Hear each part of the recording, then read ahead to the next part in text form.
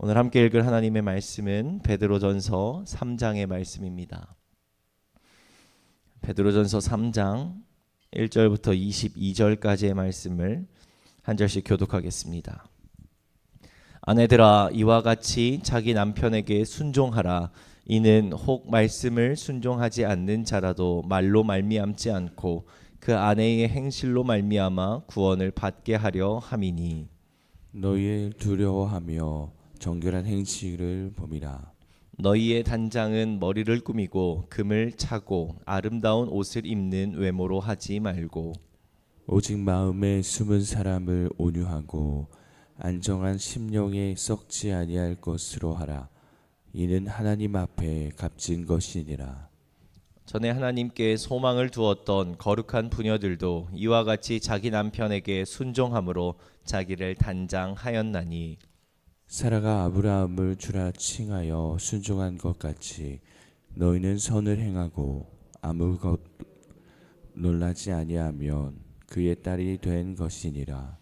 남편들아, 이와 같이 지식을 따라 너희 아내와 동거하고 그를 더 연약한 그릇이요 또 생명의 은혜를 함께 이어받은 자로 알아 귀히 여기라.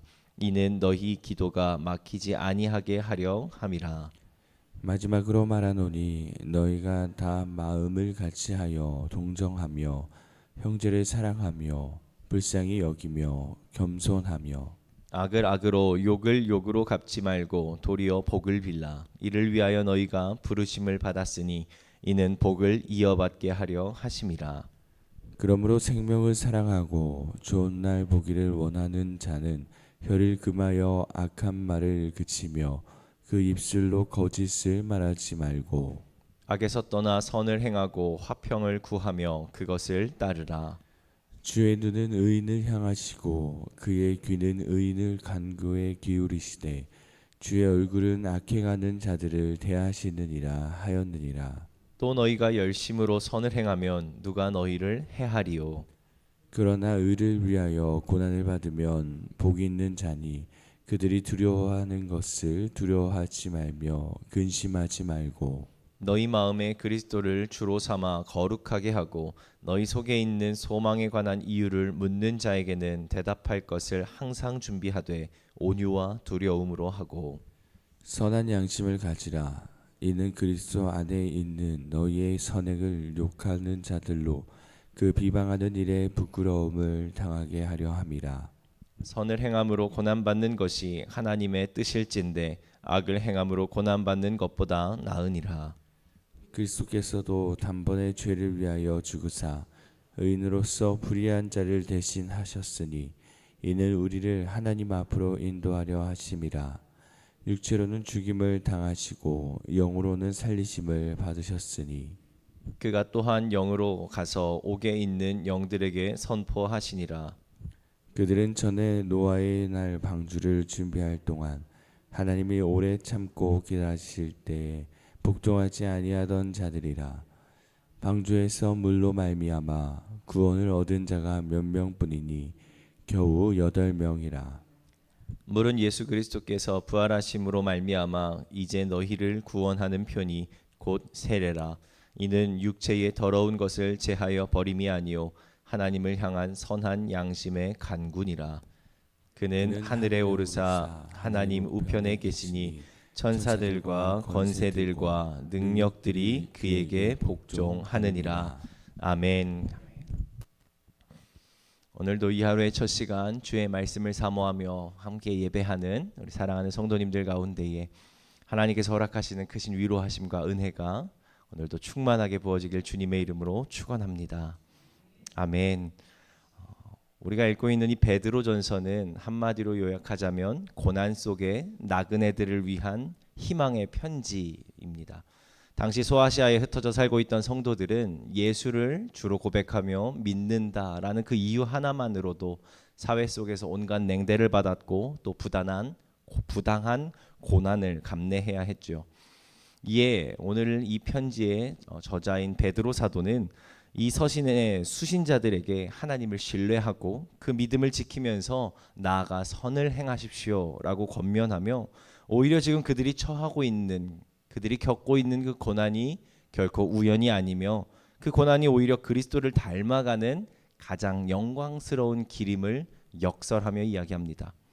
그래서 앞선 베드로전서 1장과 2장 말씀을 통해서 거듭난 성도의 산 소망과 또 그 성도가 가지고 있는 정체성, 너희는 왕과 같은 제사장이라는 그 말씀을 선포했다면, 이어지는 오늘 본문 3장 말씀에서는 이제는 그러한 정체성을 가진 성도들이 구체적인 삶의 현장, 즉 가정과 공동체라는 그 일상 속에서 어떻게 그 정체성답게, 그 이름답게 삶의 거룩함을 실천하며 살아갈 것인가에 대해 말씀하며 이야기하는 겁니다.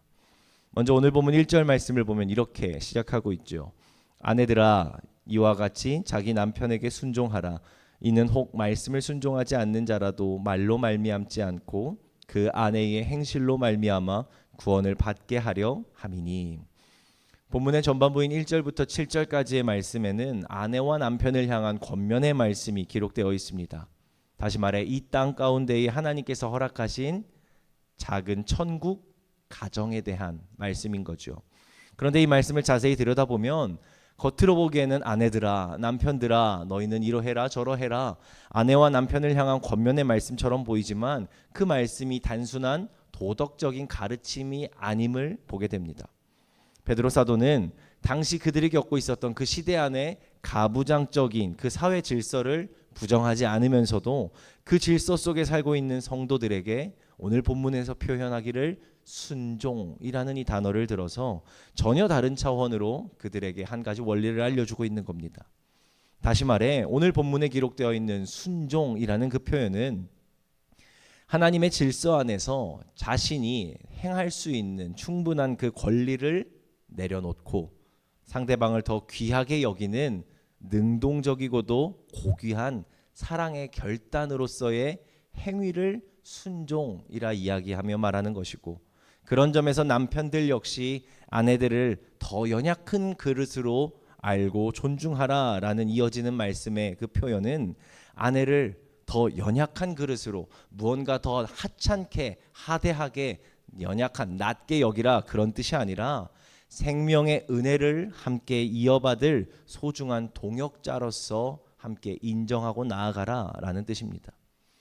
세상은 끊임없이 우리들의 그 겉모습을 바라보면서 외적인 성공을 해야 한다, 사회적으로 높은 지위에 올라가야 한다, 또 타인의 평가를 바라보면서 저 사람은 이렇고 저렇고 뭔가의 그런 목소리 하나하나로서 나의 삶을 장식하라라고 자꾸 세상은 이야기하지만, 하나님은 그러한 겉모습보다도 우리의 속모습, 그리스도인 왕과 같은 제사장으로서의 정체성을 부름받은 우리의 내면이 그리스도의 평강으로서 다듬어지기를 원하시고, 또 나아가 부부 또한 서로가 생명의 은혜를 나누는 그런 고귀한 존재로서 서로를 여길 때 그 가정은 어떠한 세상의 파도 앞에서도 무너지지 않는 하나님 나라의 작은 천국을 맛볼 수 있다라는 것입니다. 그리고 이어지는 8절 말씀부터 베드로 사도는 이러한 가정에, 부부에 머물러 있던 우리의 시선을 들어서 더 확장하여서 가정을 넘어 더 넓은 공동체로 우리의 시선을 향하게 합니다. 본문 8절과 9절 말씀은 이렇게 말합니다. 마지막으로 말하노니 너희가 다 마음을 같이하여 동정하며 형제를 사랑하며 불쌍히 여기며 겸손하며 악을 악으로 욕을 욕으로 갚지 말고 도리어 복을 빌라. 이를 위하여 너희가 부르심을 받았으니 이는 복을 이어받게 하려 하심이라. 아멘. 지금까지 각기 다른 상황 속에 있었던 그 성도들에게 말씀하던 베드로 사도는 시선을 넓히며 모든 성도들이 기억해야 할 일반적인 보편적인 공동체를 향한 권면의 말씀을 전하기 시작합니다. 그렇게 그가 전한 권면의 말씀은 총 5가지의 행동으로 여겨져 있죠. 오늘 보면 8절 9절을 다시 한번 보시면 마음을 같이 할 것, 동정할 것, 형제를 사랑할 것, 불쌍히 여길 것, 겸손할 것입니다. 다시 한번 보면 8절에 마음을 같이 하고 동정하며 형제를 사랑하며 불쌍히 여기며 겸손할 것, 5가지입니다. 여러분이 5가지 중에 몇 가지나 해당이 되십니까? 어찌 보면 오늘날의 시대 속에 이 5가지의 명령은, 요청은 너무나 비현실적인 권면처럼 들려지기도 하죠. 서로가 서로를 딛고 나보다 남을 낮게 여기는 것이 아니라 내가 그보다 더 높이 올라가야 드러나는 이 무한한 경쟁 사회 속에서 더욱이 나에게 무언가 피해를 손해를 끼쳤을 때 그 악을 악으로 갚지 말고 도리어 그 자리를 벗어나 복까지 빌어주라니 말이죠. 마찬가지로 지금 어찌 보면 우리가 모여있는 이 교회라는 공동체도 우리가 신앙이라는 공통 분모로 모이기에 겉보기에는 비슷한 사람들이 모여있는 그런 무언가의 동질감이 여겨지는 것처럼 느껴지고 보여지지만 개개인의 모습을 면밀히 살펴볼 때에는 우리의 생김새는 누구 하나 같은 거 없이 모두가 다 다르고 또 누구나 다 부인할 수 없는 연약한 존재들이 모여있는 한마디로 복잡하고도 이질적인 모임이 바로 이 교회임을 보게 되죠.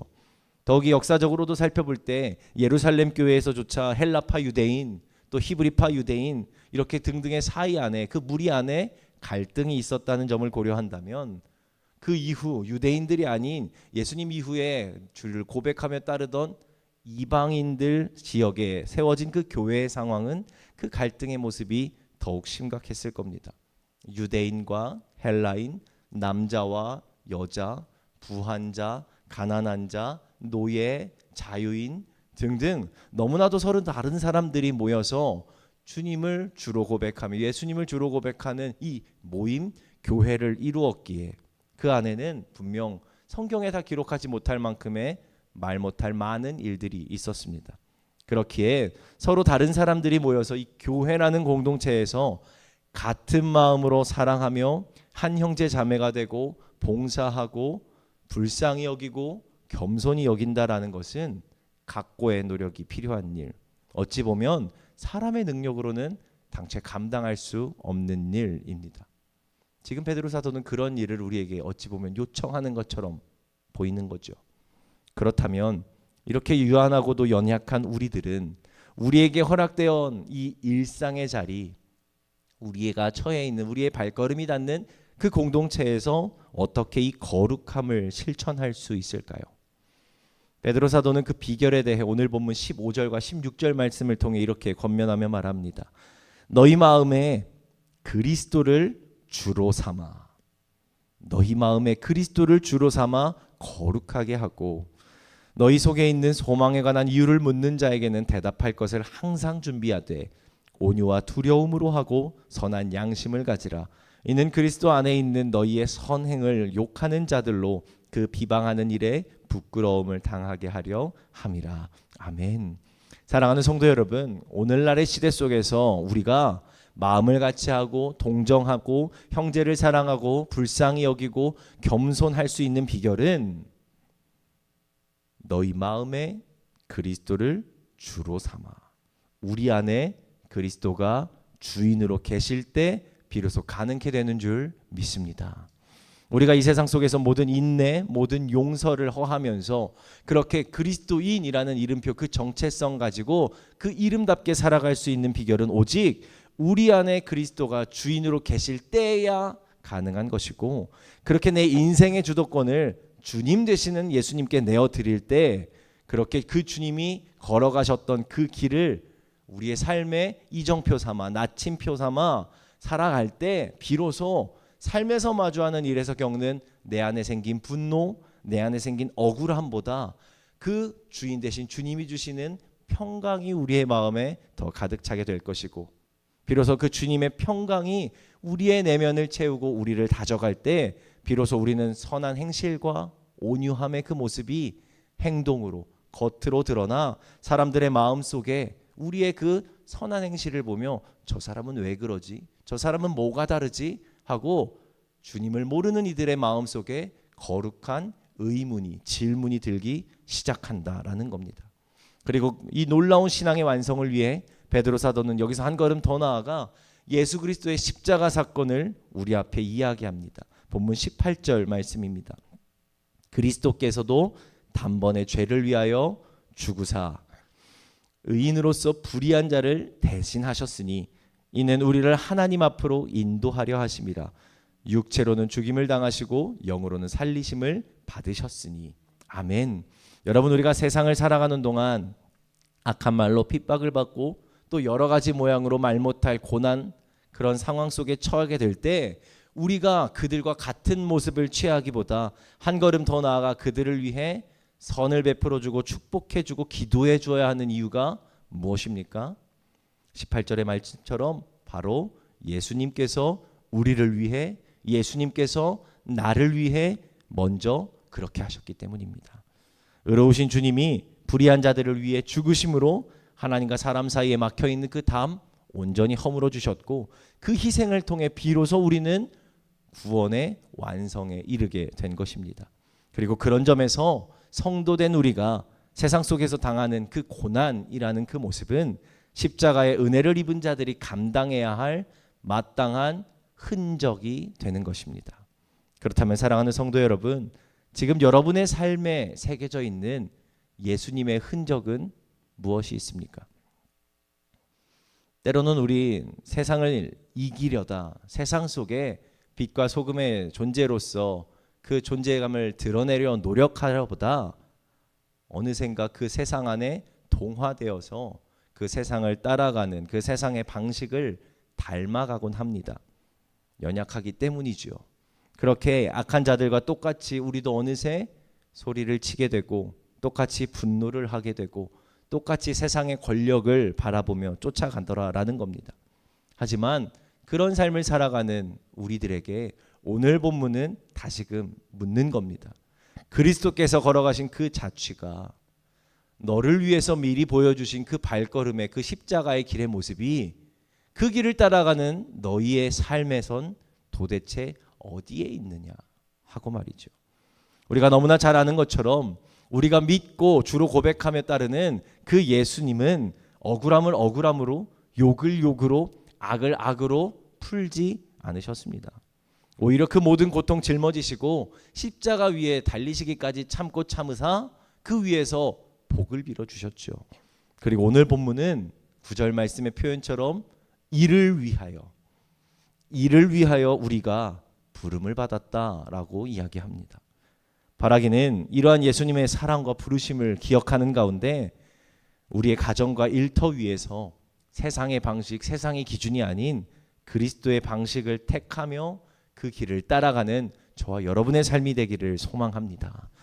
그리하여 악이 지배하는 것만 같고 나쁜 사람이 오히려 더 득세하는 것 같은 이 세상 속에서 십자가를 짊어지고 끝까지 사랑의 길을 걸어감으로써 오늘도 은혜의 그 물줄기를 우리의 발걸음이 닿는 곳곳에 우리가 속해 있는 그 공동체 가운데에 흘려보내는 복된 저와 여러분의 삶이 되기를 주님의 이름으로 간절히 축원합니다. 아멘. 함께 기도하겠습니다. 오늘은 나라와 민족을 위해 또 가정과 직장을 위해 함께 기도하기 원합니다. 지난주에 선거가 진행되었는데 선거를 통해 선출된 모든 리더들이 하나님의 주권을 인정하며 또 영으로 그 말씀 따라 살아가는 자들이 되게 하여 주시고, 또 세계 곳곳에 전쟁과 재난을 통해서 또 아직까지도 말 못할 신음 속에 겪는 이들을 통해서도 생각하며 함께 기도해 주시기 바랍니다. 또한 창천의 공동체 모든 가정마다 가정의 주인이 하나님이심을 고백하는 가운데에 믿음으로 승리하는 삶이 될 수 있도록 기도하여 주시고, 특별히 교회 내에 일정상에 오늘부터 내일까지 교역자 교직원 수련회가 진행됩니다. 오가는 길의 안전을 위해서도 함께 기도해 주시기 바랍니다. 우리 시간 다 함께 나라와 민족을 위해, 가정과 직장을 위해 또 이 새벽 들고 나온 개인의 기도 제목을 놓고 우리 함께 합심하며 기도하겠습니다. 기도합니다. 할렐루야. 사랑의 아버지 하나님, 감사합니다. 하나님, 오늘도 우리의 삶에 새날을 허락하여 주심에 감사합니다. 오늘도 생명을 허락하시고 호흡을 더하시고 오늘도 새날을 허락하여 주시고 오늘도 하루에 귀한 사명 감당하게 하여 주시니 하나님 감사를 드립니다. 하나님, 이 하루의 첫 시간을 온전히 하나님 앞에 내어드립니다. 우리의 삶의 모든 시간이, 우리에게 주신 이 모든 여건과 이 모든 능력들이 하나님이 허락하신 것임을 믿음으로 고백하며 이 시간 하나님만을 찬양하며 예배합니다. 주님, 우리의 예배 가운데 좌정하시사 주님 홀로 영광 받아주시고 오늘 이 하루의 삶도 온전히 붙잡아 주시사 하나님의 그 길 걸어가는 하나님의 뜻을 이루어가는 주의 백성들 다 되게 하여 주시옵소서. 하나님, 우리의 삶이 그 무엇보다 하나님의 뜻을 실천하며 나아가는 자들 되기를 소망합니다. 악이 득세하는 것과 같은 이 세상 속에서 무한한 경쟁 사회 속에서 하나님의 기준을 가지고 예수 그리스도의 선택을 행하며 살아가는 주의 백성들이 되게 하여 주시옵고 모든 한 걸음 한 걸음 내 발의 등이요 빛이 되어 주시는 주의 말씀을 붙잡고 나아가는 가운데 그 말씀이 우리의 삶의 능력이 되게 하여 주시고 그 말씀이 우리의 삶의 소망이 되게 하여 주셔서 오늘도 이끄시는 하나님, 도우시는 하나님, 행하시고 역사하시는 그 하나님의 산길이 우리의 삶의 자리에 가득 넘칠 수 있도록 주님 은혜를 더하여 주시옵소서. 주님, 이 시간 나라와 민족을 위해 함께 기도하며 나아갑니다. 하나님께서 사랑하시는 우리 대한민국이 하나님을 인정하며 하나님을 존경하며 하나님의 뜻을 경외하며 따르는 그런 리더들이 각king 지도자들이 되게 하여 주시고 그 자리 속에서 하나님의 말씀을 경청하며 뜻에 순종하며 나아가는 가운데 믿음의 발걸음을 내어 딛는 가운데에 하나님의 뜻을 이루어가는 그렇게 하나님의 역사하심이 날마다 살아있는 간증이 넘쳐나는 이 나라여 민족이 되게 하여 주시옵소서. 하나님, 창천의 모든 권속들의 그 가정들을 위하여 함께 기도하며 나아갑니다. 주님께서 온 가정의 믿음의 세대주가 되어 주시사 아버지 하나님의 뜻에 따라 날마다 그 발걸음 내어 딛는 모든 가정들이 되게 하여 주시고 하나님의 뜻 안에서 하나님을 중심으로 삼아 하나님으로 안에 온전히 바로 서가는 믿음의 가정들로 세게 하여 주시사 그 모든 구성원들이 언제 어디서나 하나님의 뜻에 따라 살아가며 하나님을 닮아가며 하나님을 찬양하며 높여드리는 복된 믿음의 가정들 되게 하여 주시고 그렇게 믿음의 유산이 이어지고 흘러가는 가운데에 하나님의 뜻을 이루어가는 그렇게 작은 천국을 맛보고 경험하는 복된 가정들이 될 수 있도록 주님 붙드시고 인도하여 주시옵소서. 하나님, 이 시간 들고 나온 개인의 기도의 제목들이 있습니다. 세상 그 어디에도 내어놓지 못하여 이 답답한 마음 주님의 능력의 십자가 앞에 내어놓습니다. 우리의 삶에 소망되어 주시는 그 주님만을 바라며 나아가오니 성령 아버지 하나님 함께하여 주시사 우리의 그 기도의 목소리 가운데 귀 기울이시고 주목하여 주시사 우리가 주여 부르짖고 나아가는 그 자리마다 하나님의 기도의 응답이 넘쳐나는 자리가 되게 하여 주시고 우리가 구하는 것 구하지 못하는 것 넘어 세상의 생각이 아닌 뜻이 아닌 오직 하나님의 기준으로 하나님의 방법으로서 놀랍게 이루시고 역사하여 주시는 그 삶의 간증들이 우리의 삶에 끊임없이 연할 수 있도록 주님 붙드시고 인도하여 주시옵소서. 오늘 이 하루의 삶도 온전히 함께하여 주실 주님만을 기대하며 나아가오니 주님 함께하여 주시고 주님